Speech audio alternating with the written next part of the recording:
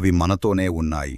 చిన్నవి, బలహీనంగా కనిపించే జీవులు, కానీ మన ఆహారం కోసం పరాగ సంపర్కం చేస్తాయి, ఉదయాన్ని గానం చేస్తాయి, ప్రకృతి సమతౌల్యాన్ని కాపాడుతాయి. కానీ నేడు అవి నిశ్శబ్దంగా మాయమవుతున్నాయి. ఈ అంతరించిపోవడం వార్తల్లో పెద్దగా కనిపించదు. ఇది పులిలా గర్జించదు, గజరాజులా కేకలు వేయదు. కానీ నెమ్మదిగా తేనెటీగలు, సీతాకోకచిలుకలు, బల్లులు, చిన్న చిన్న జాతులు కనుమరుగవుతాయి. అవి లేనప్పుడు మన లోకమే మారిపోతుంది. ప్రపంచంలోని పంటల్లో 70% కంటే ఎక్కువ పంటలు తేనెటీగల పరాగ సంపర్కంపై ఆధారపడి ఉంటాయి. అవి లేకపోతే మన ఫలాలు, కూరగాయలు, కాఫీ కూడా ఉండవు. కానీ పురుగుమందులు, వాతావరణ మార్పులు, అడవుల నాశనం ప్రతి సంవత్సరం కోట్లాది తేనెటీగలను చంపేస్తున్నాయి. ఒకప్పుడు అందానికి ప్రతీకగా ఉండే సీతాకోకచిలుకలు ఇప్పుడు క్రమంగా కనుమరుగవుతున్నాయి.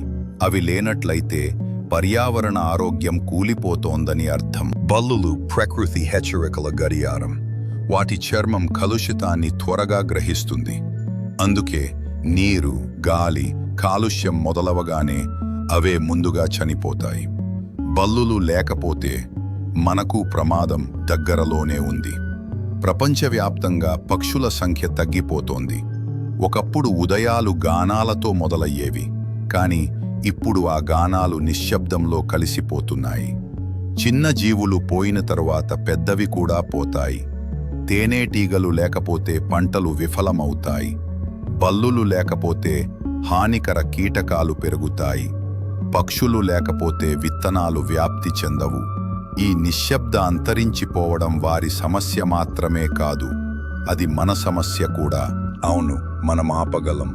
స్థానిక మొక్కలు నాటడం ద్వారా, పురుగుమందుల వాడకాన్ని తగ్గించడం ద్వారా, చెరువులు, వాగులు కాపాడడం ద్వారా, పచ్చని ప్రదేశాలను రక్షించడం ద్వారా మనం ఈ జీవులను తిరిగి తీసుకురాగలము. మనకు వినిపించకపోయినా భూమి నిశ్శబ్దంగా ఏడుస్తోంది. కానీ మనం కలిసి ఉంటే ఆ నిశ్శబ్దాన్ని మళ్ళీ గీతలుగా, రంగులుగా, జీవనంగా మార్చగలం. ఎంపిక మనదే. ఈ నిశ్శబ్ద అంతరించిపోవడం కొనసాగనివ్వాలా, లేక మన భూమిని కాపాడాలా? చిన్నవారిని కాపాడండి, భూమిని రక్షించండి.